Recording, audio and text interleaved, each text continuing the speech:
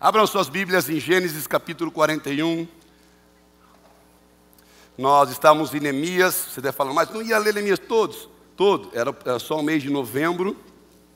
Acabamos parando no capítulo 4, 5, mas o pastor André, na semana passada, foi para o último capítulo, mostrou a nós o final dele e chegamos até aqui. Diz assim: então José respondeu: o sonho de Faraó é apenas um. Deus revelou a Faraó o que ele vai fazer. As 7 vacas boas serão 7 anos, as 7 espigas boas também 7 anos. O sonho é um só. As 7 vacas magras e feias, que subiam após as primeiras, serão 7 anos, bem como as 7 espigas mirradas e queimadas pelo vento leste serão 7 anos de fome.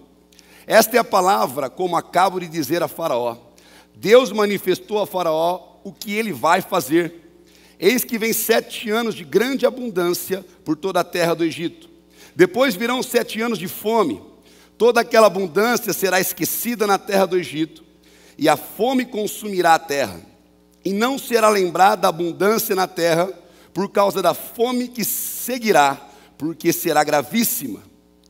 O sonho de Faraó foi repetido porque a coisa é estabelecida por Deus, e Deus apressa a fazê-la. Agora, pois, Faraó devia escolher um homem ajuizado e sábio e encarregá-lo de dirigir a terra do Egito. Faraó devia fazer isso, pôr administradores sobre a terra e recolher a 5ª parte dos frutos da terra do Egito, nos 7 anos de fartura. Esses administradores deviam ajuntar toda a colheita dos bons anos que virão, recolher cereal por ordem de Faraó para mantimento nas cidades e guardá-la em armazéns. Assim, o mantimento servirá para abastecer a terra nos 7 anos de fome que haverá no Egito, para que a terra não seja destruída pela fome. Senhor, graças te damos pela sua palavra. Graças te damos, Senhor, pela casa do Senhor, que é a casa de oração. E nós sabemos que quem nos ajunta aqui todos os domingos é o Senhor. Nós somos o teu povo, somos tuas testemunhas na sociedade, no decorrer da semana.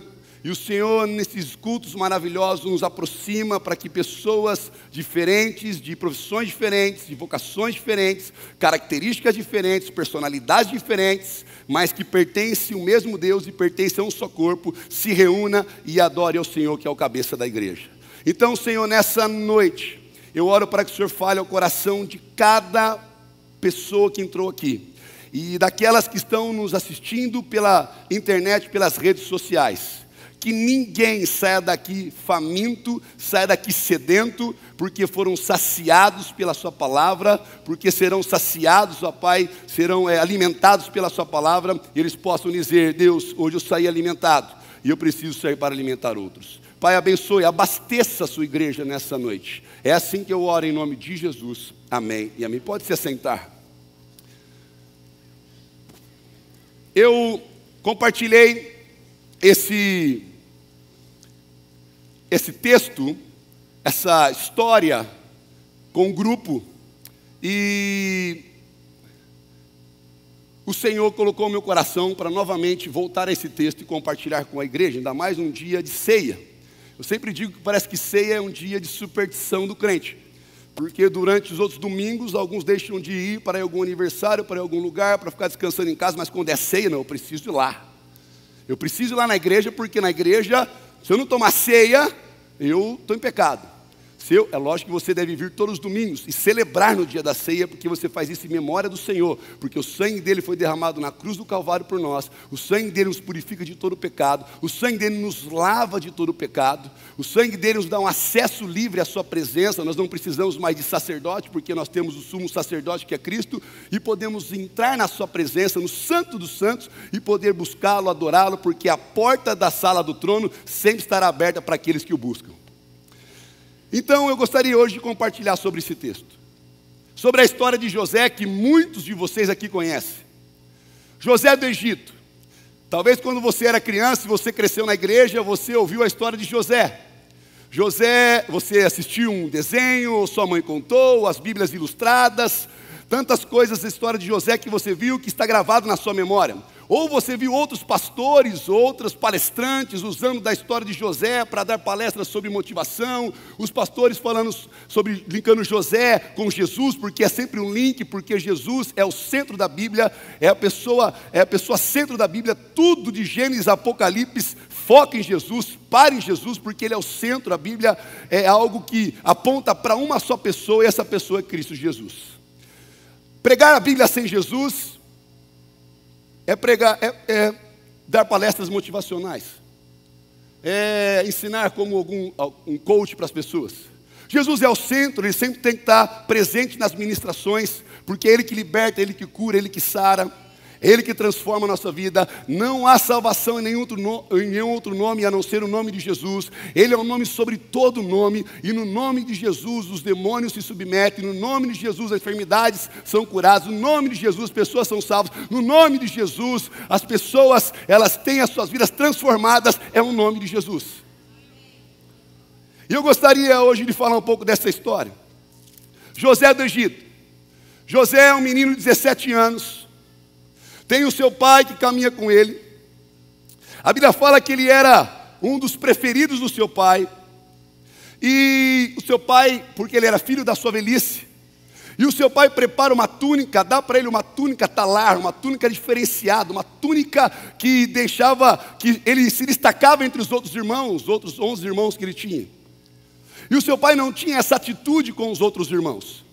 Porém, essa atitude do pai já trazia um pouquinho de ciúmes, um pouquinho de incômodo, um pouquinho de inquietação no coração dos seus irmãos. Depois disso, ainda José tem um sonho. Um menino de 17 anos tem um sonho.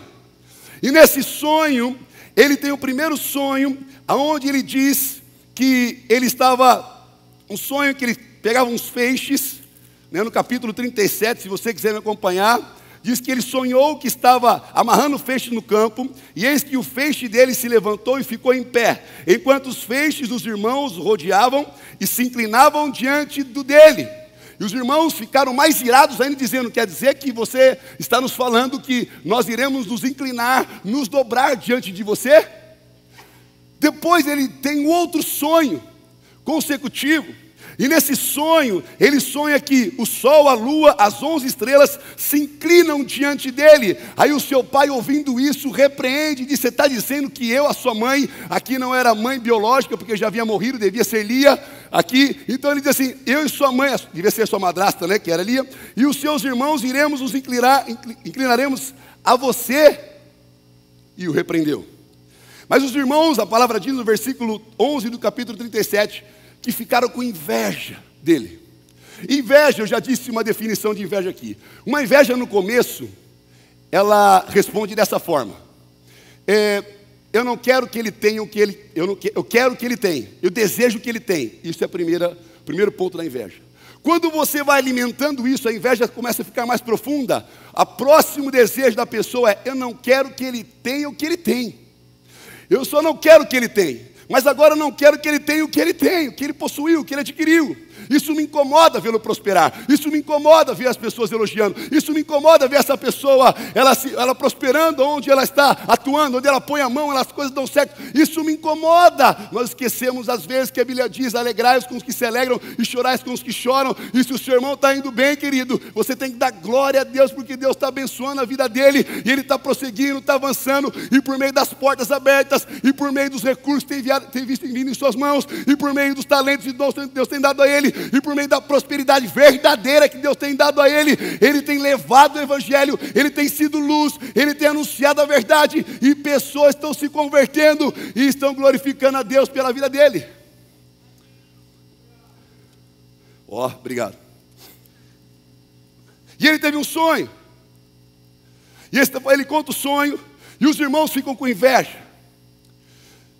Se você ver na Bíblia, Davi foi alvo de inveja, Daniel foi alvo de inveja, Sadraque, Mesaque e Abidnego, que não era o nome verdadeiro deles, né?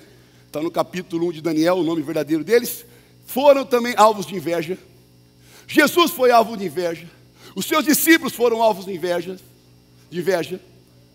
Então as pessoas que não têm Cristo vêm com esse sentimento às vezes, mas nós não lutamos contra essas pessoas. Porque a nossa luta não é contra a carne ou sangue, mas contra principados e potestades. Nós precisamos entender que, gente, se a nossa luta fosse contra o ser humano, Jesus na cruz não teria dito: Pai, perdoa-os porque eles não sabem o que fazem. Jesus na cruz sabia: a luta que eles estão enfrentando é a natureza do pecado. A luta que eles estão enfrentando é o sistema desse mundo. A luta que eles estão enfrentando é que o adversário tem tentado governá-los e cegá-los no entendimento. Mas eu nessa cruz hoje dizendo: Pai, perdoa-os porque eles não sabem o que fazem. Eu estou através do meu sangue, do meu sacrifício, como cordeiro vivo que desceu do céu, como cordeiro imolado nessa cruz. Eu estou morrendo para que eles possam ser livres em mim, e estou ressuscitando ao terceiro dia, e depois de 40 dias eu subirei ao céu, enviarei o Consolador, o Espírito da verdade, que entrará no coração deles depois que eles entregarem sua vida para mim, e eles receberão poder para serem minhas testemunhas em Jerusalém, na Judeia, em Samaria, até os confins da terra. Então olha só, aí os irmãos, o pai dele fala assim: olha, seus irmãos saíram, vai até eles e me dê notícias a respeito, versículo 14 do 37. E ele sai, e você percebe no capítulo 15 que ele se perdeu, mas ele encontra um homem. Ele estava errante durante o caminho. Como diz meu tio, ele estava mais perdido que Adão no dia das mães, não sabia para onde ir. E aí chegava ali, vocês pegaram depois, né? Assim. Então, eles chegaram. Cadê? E eles chegaram. E os irmãos falaram, assim: onde estão meus irmãos? Eles não estão no Vale de Hebron. Eles estão em Dotã. Vai para Dotã. E ele foi para lá. E de longe os irmãos avistaram ele. E você fica pensando: como é que eles avistaram? Será que eles tinham uma visão muito boa? Será que eles tinham visão de águia? Talvez a túnica talar que destacava aquele menino.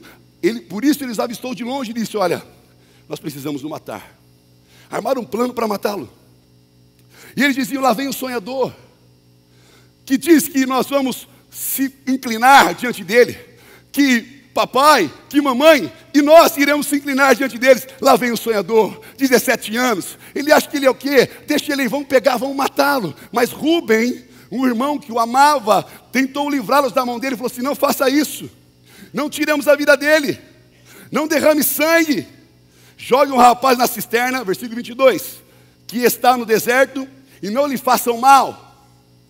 E quando ele chega, do capítulo 37, versículo 21, certo? E quando ele chega, eles pegam o irmão, tiram a sua túnica, porque o que incomodava eles talvez era o presente também, tiram a sua túnica, e jogam ele na cisterna.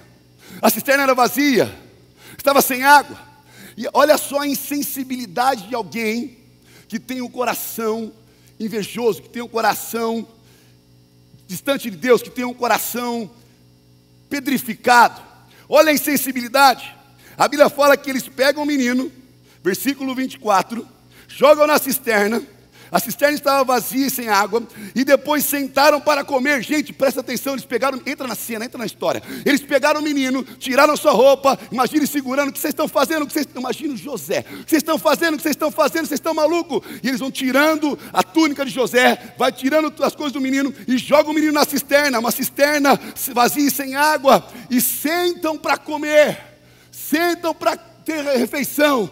A insensibilidade dos irmãos na dor do outro irmão, a insensibilidade daqueles irmãos no sofrimento do outro irmão. Gente, o coração deles estava em pedras, o coração era dominado por eles mesmos. Eles queriam fazer o que eles desejavam, o que era importante para eles, o que era conveniente. E quando nós somos convenientes, quando nós achamos que o mais importa é algo para nós mesmos, a nosso respeito, que as coisas ao redor não se importam, nós ficamos insensíveis ao sofrimento das pessoas, insensíveis àquilo que eles estão passando, insensíveis à dor das pessoas. Nós nos comprometemos a orar, nós oramos uma vez, no máximo duas, e paramos de orar, porque na verdade, Senhor, o que importa é o meu pedido, o que importa é que o Senhor resolva a minha situação.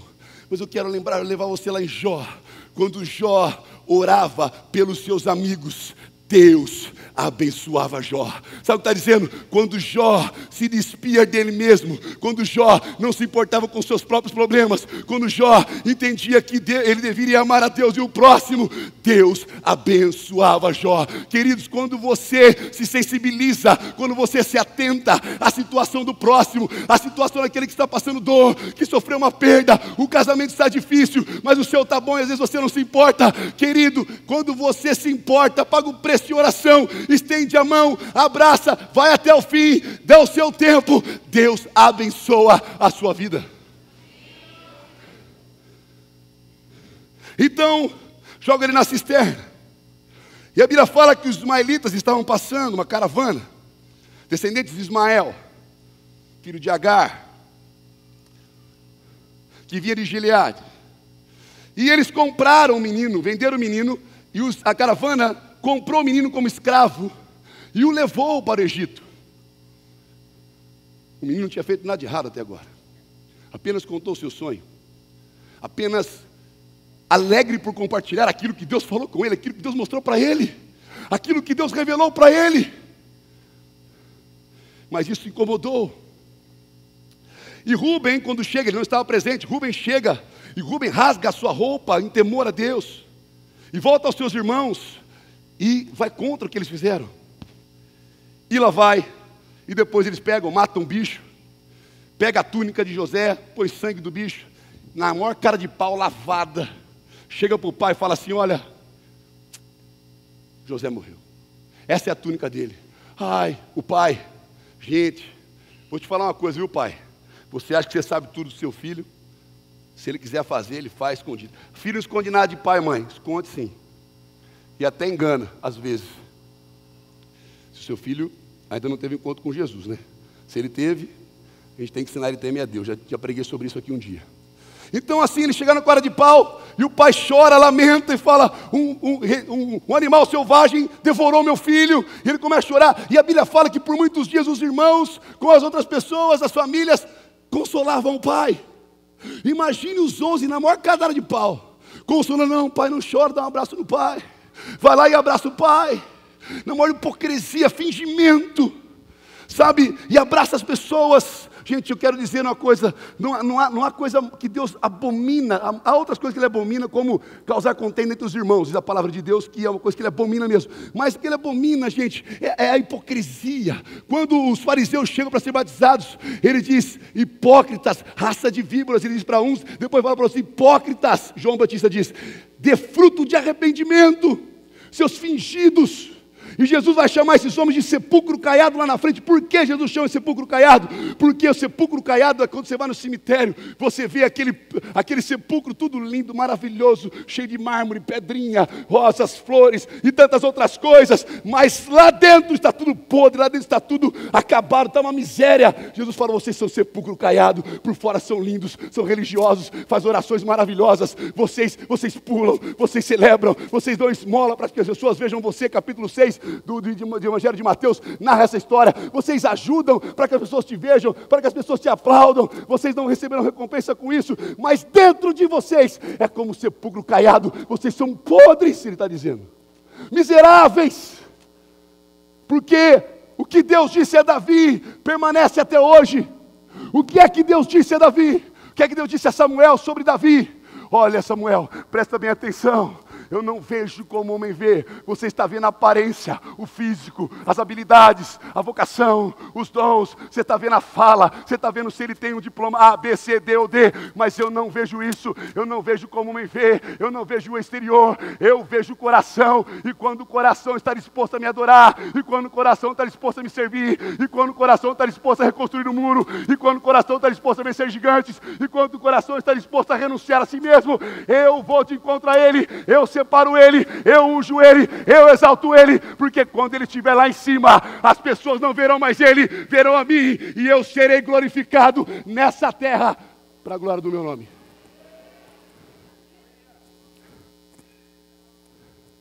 E o menino vai, é vendido. Chegando lá, ele é comprado por um oficial de Faraó chamado Potifar. Potifar, comandante da guarda, comprou ele. E a Bíblia fala no versículo 2 do capítulo 39, O Senhor Deus estava com José, que veio a ser homem próspero, e estava na casa do seu dono egípcio. Olha só, a mão do Senhor é com ele. Gente, José não estava entendendo nada.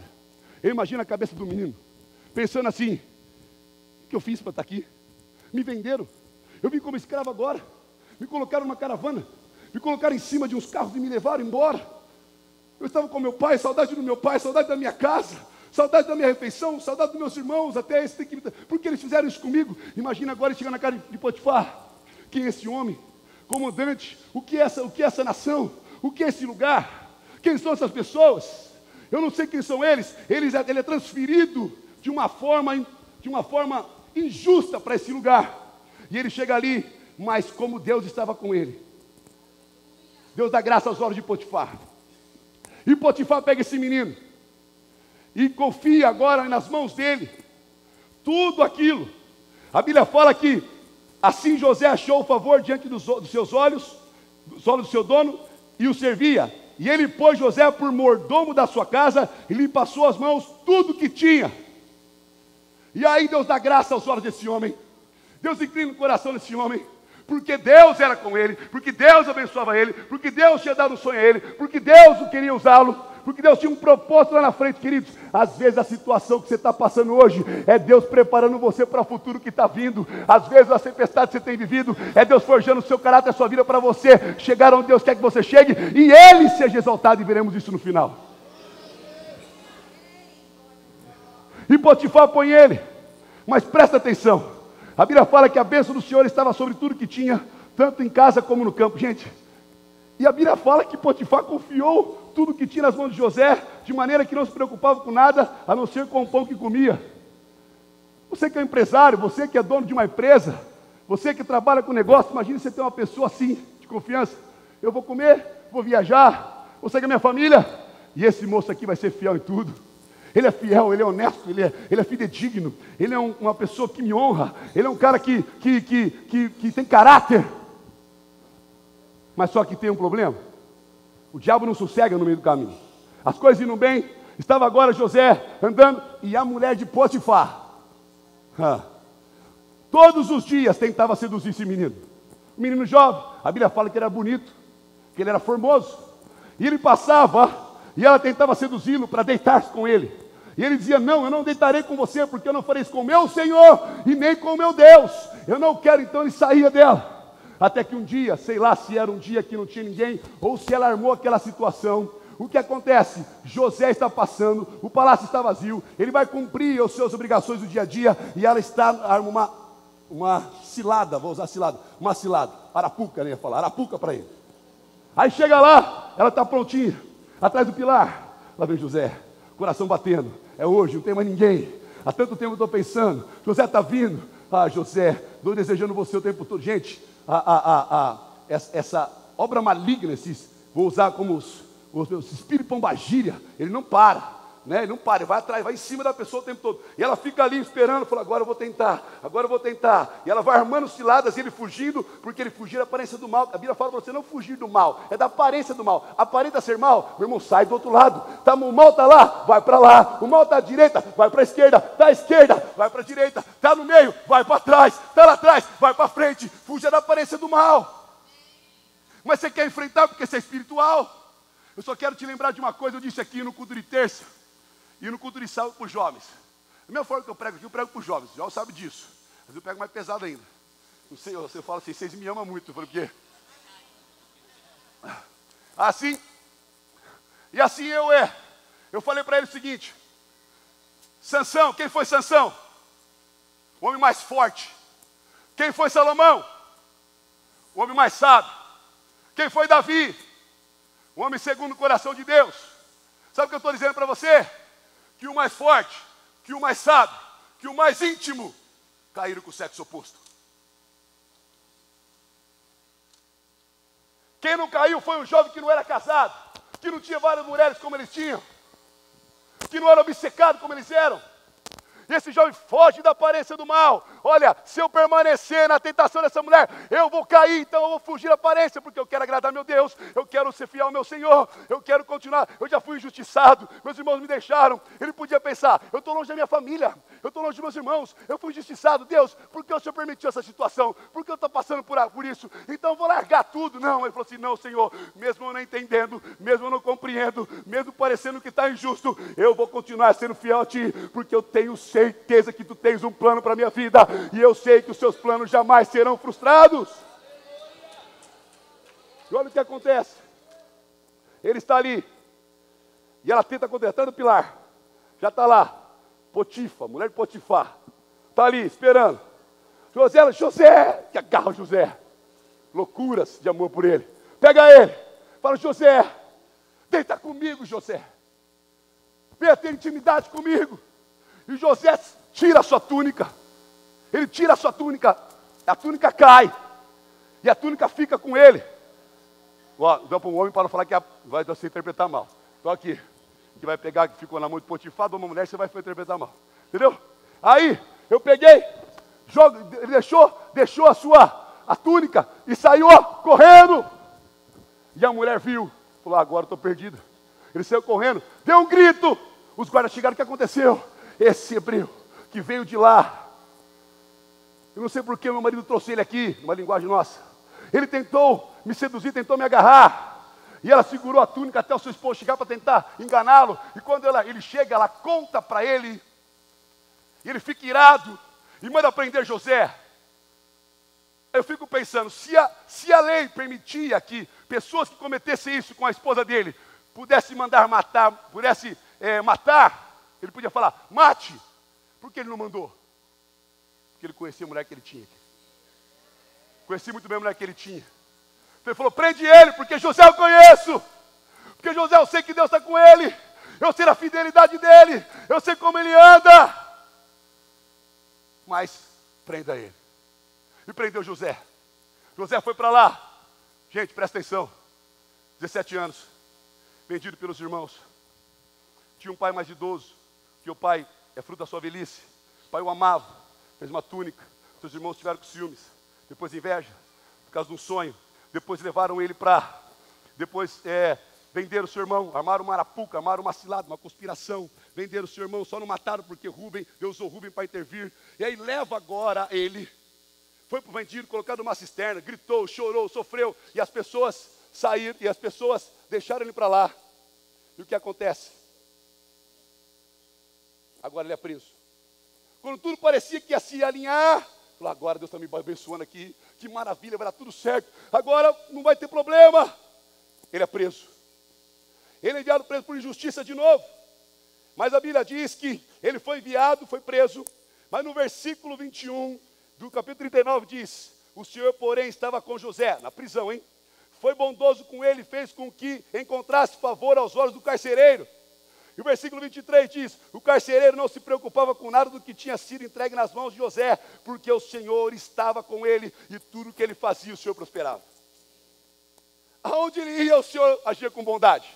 Lembra, 2 domingos atrás que eu ministrei, que a misericórdia e a bondade do Senhor certamente nos seguirão todos os dias das nossas vidas? Coloquei um jovem aqui, e eu corri, eles corriam atrás de mim, aí eu para lá, eles corriam atrás de mim, todo lugar que eu ia, é assim a misericórdia. Para onde você vai, ela corre atrás de você. Aonde você vai, certamente ela te segue. E estava seguindo José também. Certamente a minha misericórdia e a minha bondade seguirão vocês todos os dias da minha vida. E o que acontece é que ele na prisão é enviado 2 homens lá com ele. A Bíblia fala, o copeiro-chefe e o padeiro-chefe. E os dois têm um sonho no mesmo dia. E quando José chega ali, no capítulo 40, eles estão ali naquele momento desesperados. E agora o copeiro compartilha com ele o sonho.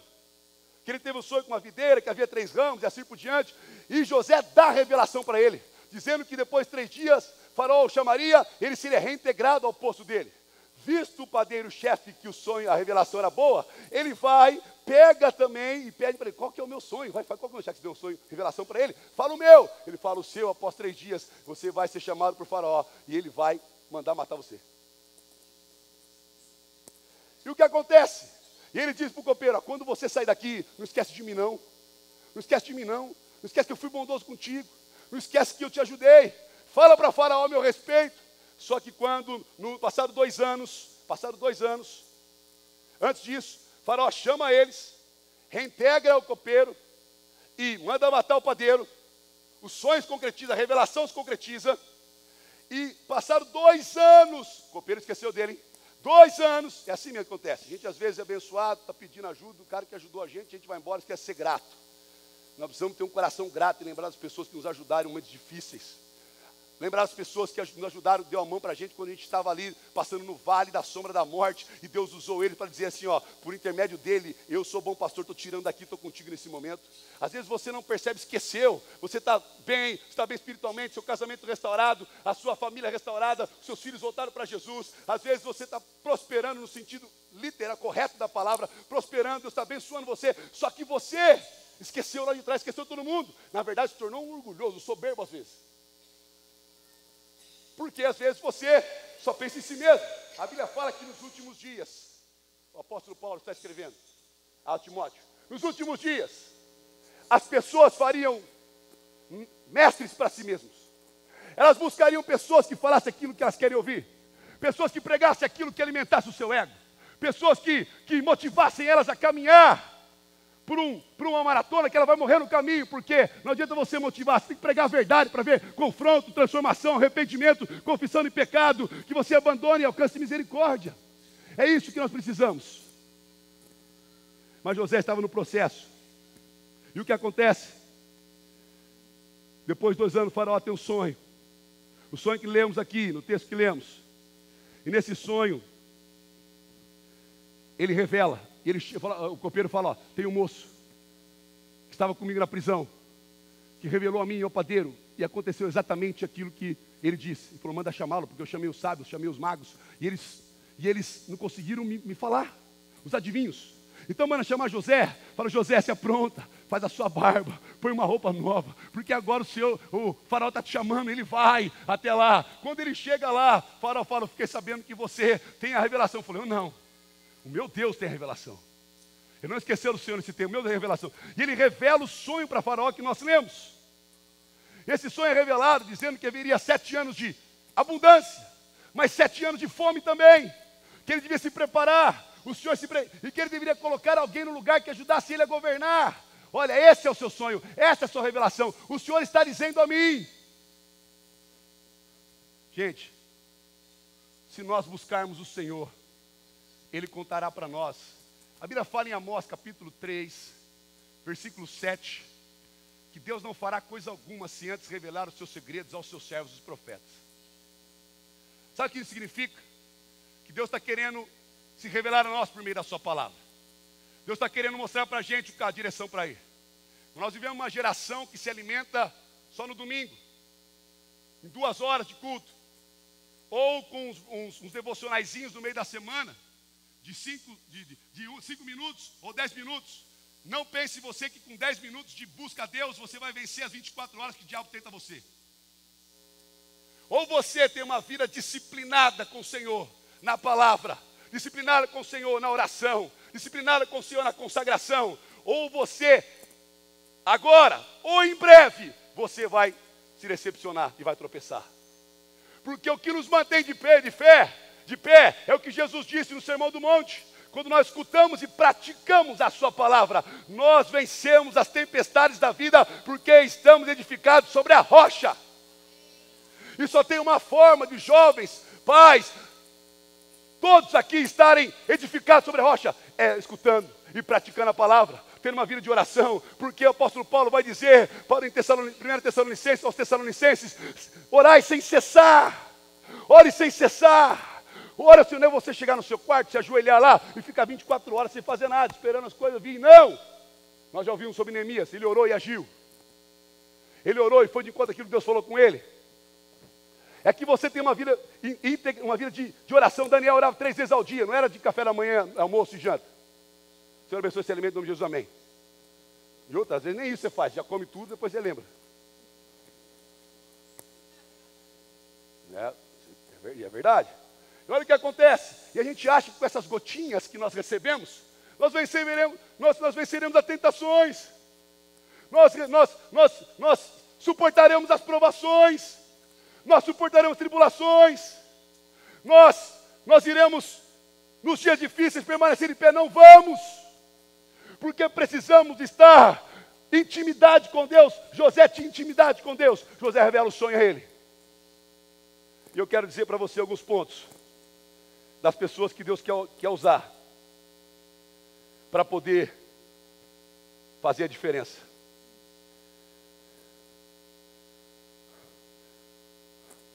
As pessoas que Deus vai usar em meio a uma nação em crise que nós estamos. As pessoas que Deus quer usar para mudar a sociedade. As pessoas que Deus quer usar para que as coisas sejam mudadas ao redor. Às vezes pedimos por mudança, mas nós não mudamos. Às vezes pedimos por algo da igreja, mas nós não somos igreja.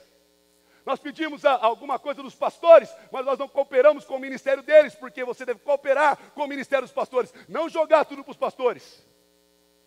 Porque se todo cristão de fato fosse cristãos, nós atenderíamos menos pessoas dentro do gabinete. Porque você teria a resposta certa. O Espírito que habita em nós habita em vocês. A palavra que nós lemos, vocês leem. O acesso que nós temos a eles, vocês têm.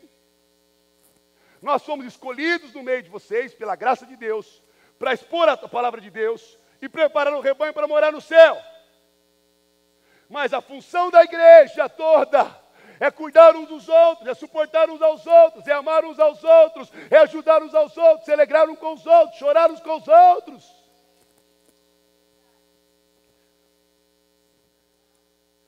O primeiro ponto é que Deus, as pessoas que Deus vai usar em uma nação em crise, é que Deus dará sonhos que a história vai precisar. Eu disse isso aos jovens. Deus dará sonhos que a história vai precisar. Deus deu um sonho com José com 17 anos. Porque a história, gente, de 17 anos, até Faraó chamar José, foram 13 anos. Com 30 anos ele chega lá. Foram 13 anos desse período. Então Deus deu um sonho a ele. Nós lemos no início, um sonho que eles se inclinariam, um sonho que o sol, a lua e as estrelas se inclinariam, um sonho dos feixes, ele permanecia em pé e os outros se prostravam diante dele, e deu um sonho, uma revelação a ele para o futuro. O que Deus tem dado a nós, o que Deus quer falar para nós, o que Deus quer ministrar no nosso coração, é algo que a história precisa. Não é só que a igreja precisa, é que o mundo precisa, a história precisa, a sociedade precisa, a Câmara Municipal precisa, a sua empresa precisa, a sua universidade precisa, o Estado precisa, o país precisa. Não é um presidente eleito que vai mudar a história, é uma igreja avivada, cheia do Espírito Santo, que vai sair para impactar o mundo.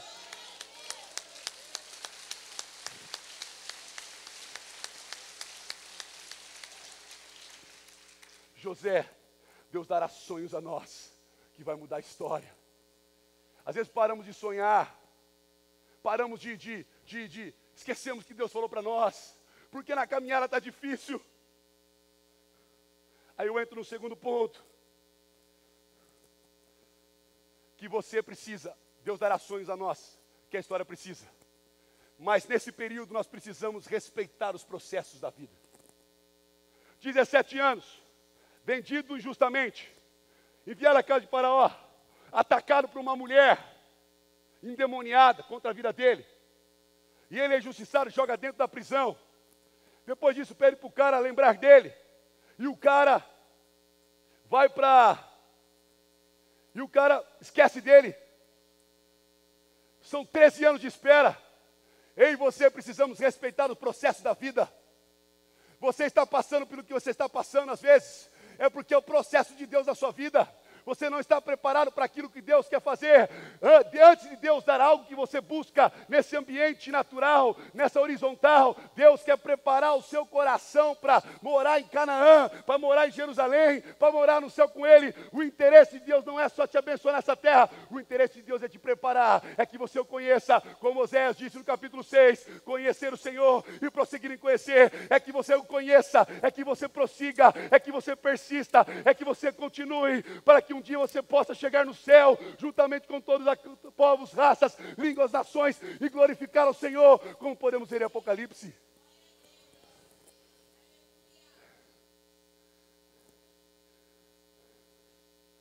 Você precisa respeitar os processos de Deus. Eu não sei como é que está o seu casamento, eu não sei como é que estão os seus negócios, eu não sei como é que estão os seus filhos, eu não sei como é que está o seu coração, como é que é o seu interior.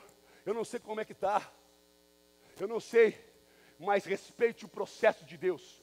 Deus está forjando o caráter de Cristo em você por meio dessa situação. Porque sempre na história que as pessoas tiveram no deserto, houve uma revelação de Deus, houve uma provisão de Deus, houve um maná de Deus, houve algo de Deus para supri-lo, para eles continuar caminhando. Respeite os processos. Há muitos aqui no processo de Deus. Pode ser, não sei qual a idade que você tem, desde quando você nasceu. Mas também não sei da idade que você tem, desde quando você nasceu de novo. Mas esse é o processo de Deus na sua vida. Eu tenho 17 anos de conversão. Tomara que Deus não faça com eu tenho 17, eu tenho 37, viu? Você fala com José, 17 anos, começou aquele fez com José, estou perdido lá. Vai ser com 50 que ele vai. Me abençoou, Senhor, me ajuda. Mas olha só que interessante. Respeite o processo de Deus.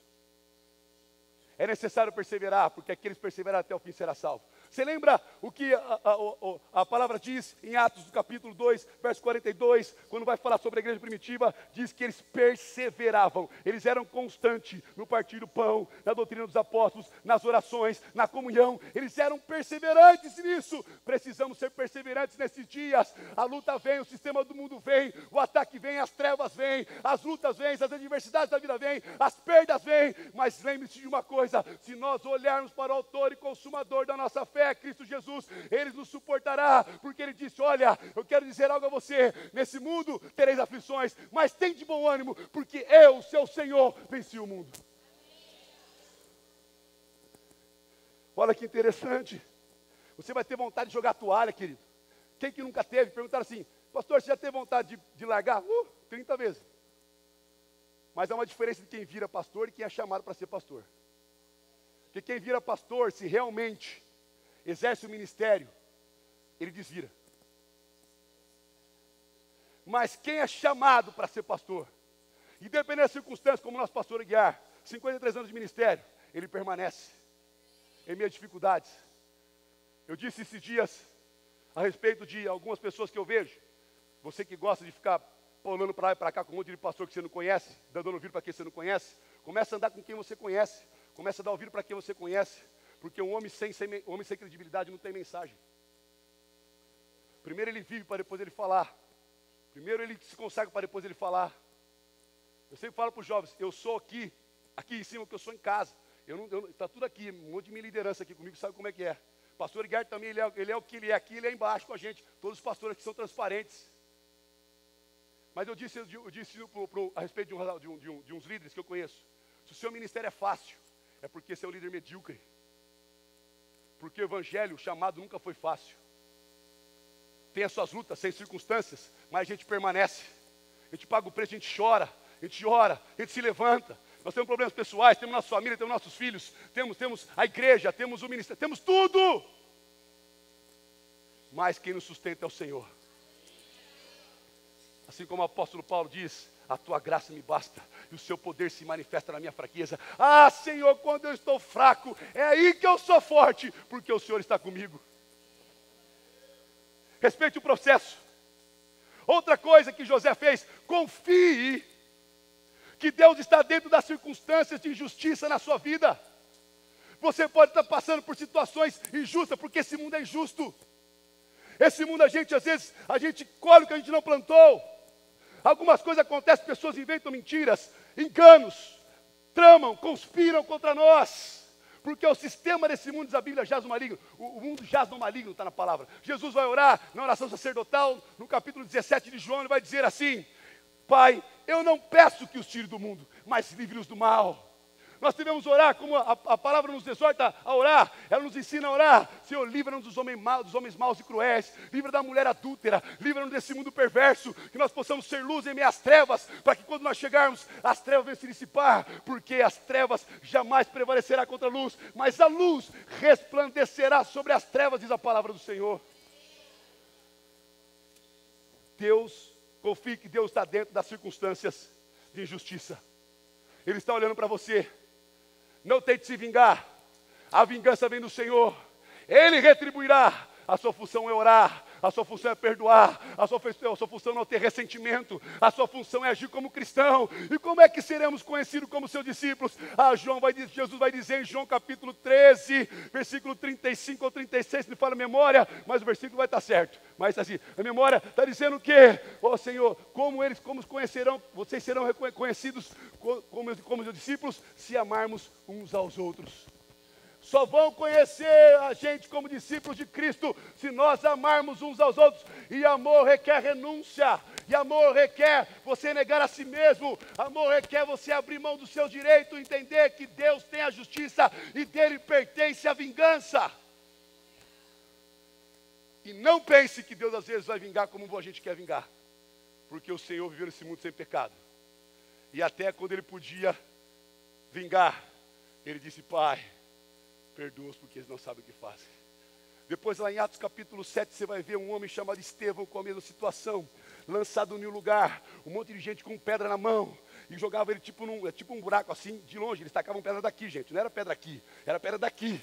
Então eles tacavam pedra sobre ele, e ele estava ali morrendo, porque ele foi o primeiro mártir. Depois que ele morreu, a igreja explodiu, cresceu, o avivamento veio, porque é necessário às vezes alguém morrer para que isso aconteça. Jesus morreu para que o avivamento venha na nossa vida, e agora Estevão estava ali naquele momento, naquela situação, e ele naquele momento, o cara está apedrejando, ele morrendo, ele olha para o céu, ele vê os céus abertos, Jesus em pé no trono, ele viu, ele contemplou o Senhor, a glória de Deus, ele disse: Pai, não imputes a ele esse pecado. Querido, o amor de Deus é incompreensível, o amor de Deus é incomparável, é imensurável. Você tem que pedir para Deus: Pai, me batiza com o batismo de amor, porque eu quero amar como nunca amei, eu quero perdoar, eu quero não ter ressentimento, eu quero ser o Senhor nessa terra.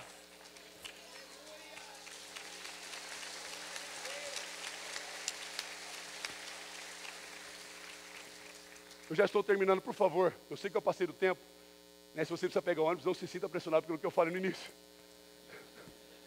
Mas fica aí que vai ser bem se esperar. Um amigo meu falava assim: toda vez que você não tem vontade de ir para a igreja, vai, porque Deus vai falar com você. Então eu ia. Não tinha vontade de ir, eu ia. Aí chegava, Deus falava comigo, chorava, pedia perdão para Deus e reabastecia e caminhava de novo. Parava no pit stop, Fórmula 1, parava ali, trocava meus pneus, enchia o tanque, eu seguia a corrida de novo. Às vezes Deus está alinhando o seu pneu, colocando os anjos para poder trocar ali alguns segundos, e em 45 minutos trocar o seu. É demorado, eu sei, na Fórmula 1, mas 5 minutos colocar ali, tal. E aí você coloca ali, coloca os seus parafusos, tal. Aí você entra no carro e fala assim, vai para frente. Aí Jesus fala: para, não sai com o carro não. Desce, porque eu que vou pilotar, vai atrás que eu vou te levar. É assim que ele faz. É assim que ele faz. Olha que interessante. Outra coisa de José, estou acabando. Deus vai usar pessoas que têm discernimento espiritual. Eu preciso de alguém que discirna o meu sonho, ele falou. Chame os magos, nós não sabemos. Chame os adivinhadores, nós não sabemos. Chame os sábios, nós também não sabemos. Quem quer que pode, vai buscar um homem lá. Ele tem intimidade com Deus. Ele não negou a Deus na sua tentação. Ele não caiu, ele permaneceu fiel, ele tinha intimidade com ele, ele entendia que a mão do Senhor estava sobre ele, mesmo ele não entendendo, não compreendendo, mesmo ele passando pelo processo, ele permaneceu fiel a Deus. Vai buscar, porque esse homem que a gente não conheceu no secreto, ele buscou a Deus no secreto Deus se revelou a ele, no secreto Deus deu dons a ele, no secreto Deus falou com ele. Traz ele aqui, porque ele tem uma resposta de Deus para o faraó. Então busca José. Sabe o que as pessoas, o mundo está precisando? É o seguinte, gente, está precisando assim, é o seguinte: eu preciso de uma resposta. Meu coração está doente, eu estou depressivo, eu estou com síndrome do pânico, eu estou pensando em me matar. As pessoas vão dizer assim: vai lá na igreja Nazareno, tem um monte de gente que busca a Deus, um monte de gente que ama a Deus, um monte de gente que tem intimidade com Deus, que tem uma resposta para salvar a tua vida. É isso, queridos. É isso que o mundo, a hora que você sair daqui, você precisa sair com a resposta. A pessoa perguntar para você: qual é a razão da sua esperança? Querido, um dia eu estava em trevas e Ele estendeu a mão para mim. Ele me transportou das trevas para o reino do seu amor. Ele me limpou do pecado. Eu confessei o meu pecado, alcancei misericórdia. Ele me impulsionou por meio do seu Espírito a vencer as tentações, as lutas, as adversidades da vida. Eu estou de pé, eu tenho uma palavra para a tua vida. Se Ele fez em mim, se Ele fez no passado, Ele pode fazer em você. Vem comigo, caminha comigo, que há um futuro de esperança para a tua vida. Deus vai usar pessoas que têm discernimento espiritual. Discernimento espiritual, intimidade com Deus é o secreto, já falei isso no início. É na oração, é na palavra, é quando ninguém está vendo, querido. Não é chegar aqui nesse púlpito, orar, a galera pular, saltar. Assim, isso aqui é a vida que o pastor Marco Lucas tem aqui, é fruto do secreto que ele tem. Nós sabemos ele como quem é ele no íntimo. Uma inspiração para todos nós. Quando você está no seu quarto, você se separa, Deus, esse tempo é seu.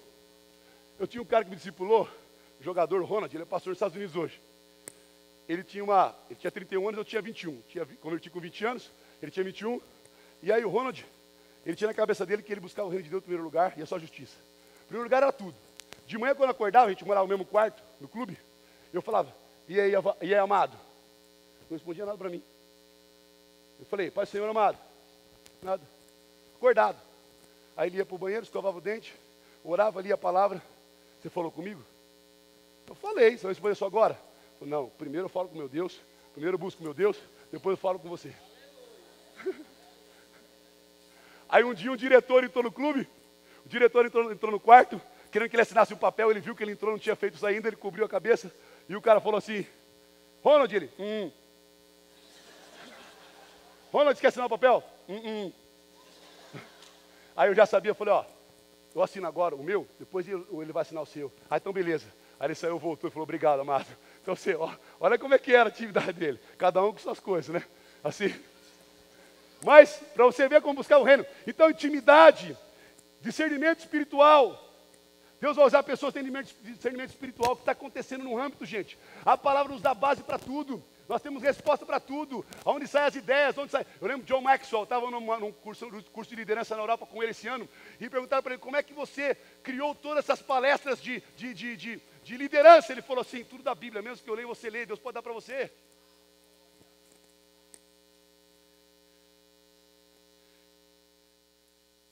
E agora eu quero dizer para você os resultados de uma pessoa que segue isso, de uma pessoa que anda com Deus. Capítulo 41, versículo 37. Diz assim: o conselho agradou a Faraó e todos os seus oficiais. Então Faraó perguntou aos seus oficiais: será que poderíamos achar alguém melhor do que José, um homem em que está o Espírito de Deus?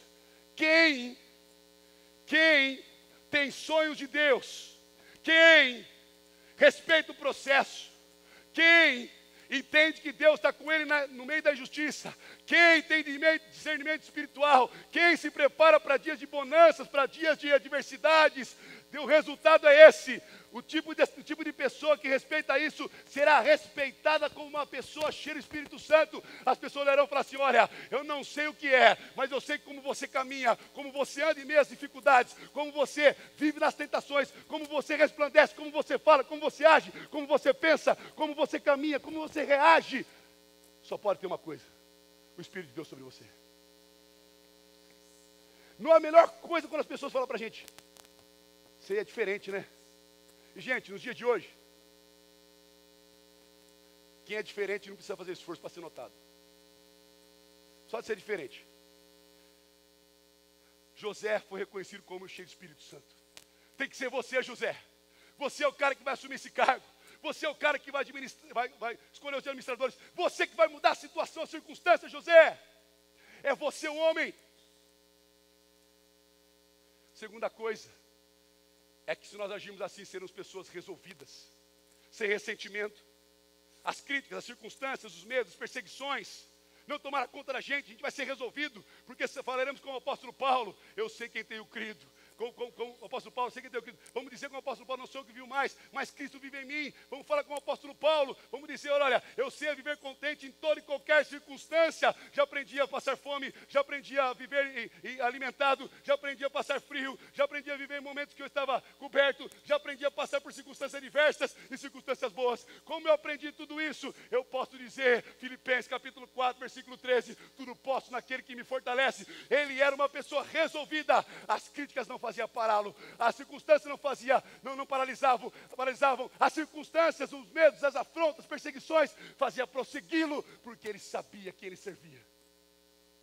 E por fim, você reconhece Vamos lá em 45, 7 e 8 para fechar. Coloque-se de pé.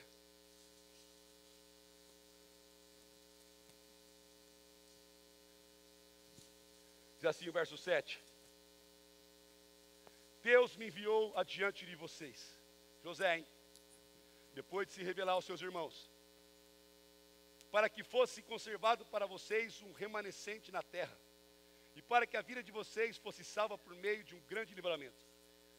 Assim não foram vocês que me enviaram para cá, e sim Deus, que fez de mim como um pai de Faraó, e senhor de toda a sua casa, e como governador em toda a terra do Egito.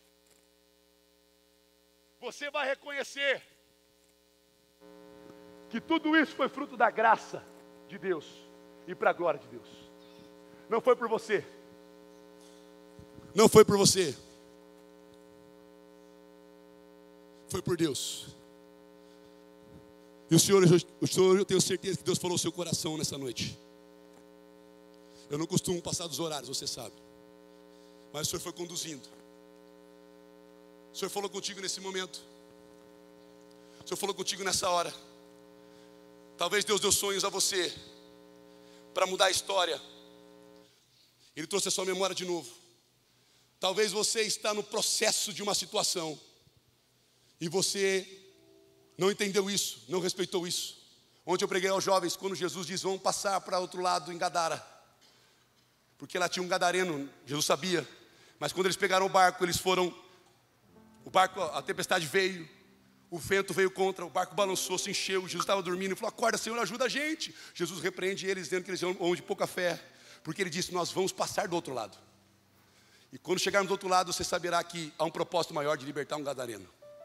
Então o processo que você está passando hoje é Deus tratando algumas coisas no seu coração, no seu casamento, em você como pai, que não tem pagado o preço mais pelos seus filhos, e você que é conivente com atitudes dos seus filhos, e você nem sequer chora. Jó chorava pelos seus filhos, porque talvez ele pensava que os seus filhos tivessem feito alguma coisa errada no caminho. Ele pedia perdão por eles. E cadê os pais que oram hoje? Depois vem aqui pedindo ajuda. Deus está levantando pais novamente, que oram, que pagam o preço pelos seus filhos, que pagam o preço, que choram por eles. É melhor chorar pelos seus filhos agora do que chorar no futuro.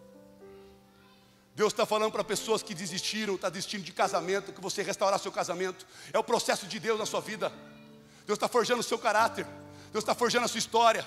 Jovens pensando em abandonar a faculdade, o Senhor fala com você hoje: não abandona, não acabou, tem um processo ainda. Deus quer te usar lá. Tem muitas pessoas para serem alcançadas, para você ser luz, é para você caminhar, querido.